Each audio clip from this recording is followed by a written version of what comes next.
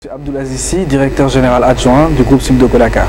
Écoutez, c'est vraiment pour nous l'occasion de montrer l'apport scientifique que nous avons au Sénégal et sur le plan africain, parce que nous avons senti depuis quelques années le besoin d'organiser un haut colloque scientifique international. Parce que vous le savez, nous célébrons également nos 25 ans et donc il nous a semblé utile. Et ça rentrait également dans la stratégie de développement du groupe, de plus en plus axer ses enseignements ou axer sa stratégie sur le développement de la recherche avec le développement des activités concernant notre école doctorale, mais également l'organisation de ce colloque qui a vu la participation de beaucoup d'éminents enseignants-chercheurs venus de plusieurs pays, dialoguer, discuter, débattre, présenter des articles sur un thème extrêmement intéressant sur donc la gestion des organisations et systèmes financiers. Quel modèle pour l'Afrique? Donc, quels seront les modèles financiers de nos organisations dans les années à venir? Donc, tous ces chercheurs sont en train de discuter sur cette thématique-là. Alors les résultats attendus, c'est bien évidemment d'avoir beaucoup de réflexions, de débats qui conduiront à la production des actes du colloque qui seront évidemment publiés et qui pousseront et communiquer à tous les parties prenantes, ce soit les établissements d'enseignement supérieur, l'État, les ministères, les ONG, les institutions publiques et institutions internationales. Donc Philippe Barry, je suis le fondateur de l'initiative RSE Sénégal et expert en matière de RSE.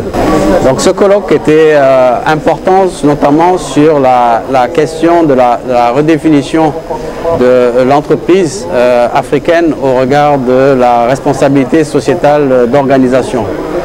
Effectivement, quel était aujourd'hui le contexte dans lequel évolue l'entreprise et comment par rapport à ce contexte déployer la responsabilité sociétale d'entreprise.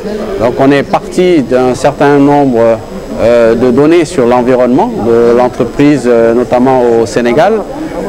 Si on prend le nombre d'unités économiques qui ont été recensées, à savoir 400 000, on observe que 2% uniquement de ces entreprises sont du secteur formel. Donc quid de la RSE dans le secteur formel, mais également dans le secteur informel. Quand on sait également que le secteur privé au Sénégal n'emploie que 300 000 salariés sur une population de 15 millions d'habitants, quid de la responsabilité sociétale des entreprises.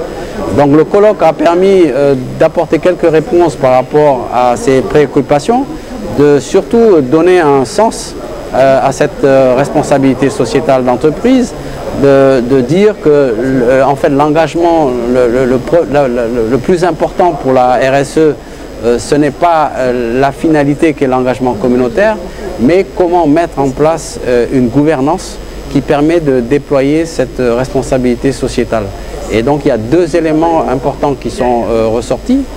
C'est un, d'amener les entreprises et les organisations, d'ailleurs qu'elles soient de la société civile ou publique, de faire des analyses RSE qui permettent de dégager les priorités par rapport au domaine d'action que ces organisations et ces entreprises vont engager dans le domaine de la RSE. Donc ça a été un des éléments importants. Et le deuxième élément, c'est le dialogue parties prenantes. À partir des actions qui ont été identifiées, des priorités, comment l'entreprise doit dialoguer avec ces parties prenantes pour bien entendu les associer au déploiement de ces plans d'action. Donc au-delà même de l'engagement communautaire, c'était vraiment de montrer l'importance pour les entreprises de faire des analyses stratégiques pour dégager des plans d'action spécifiques à la RSE.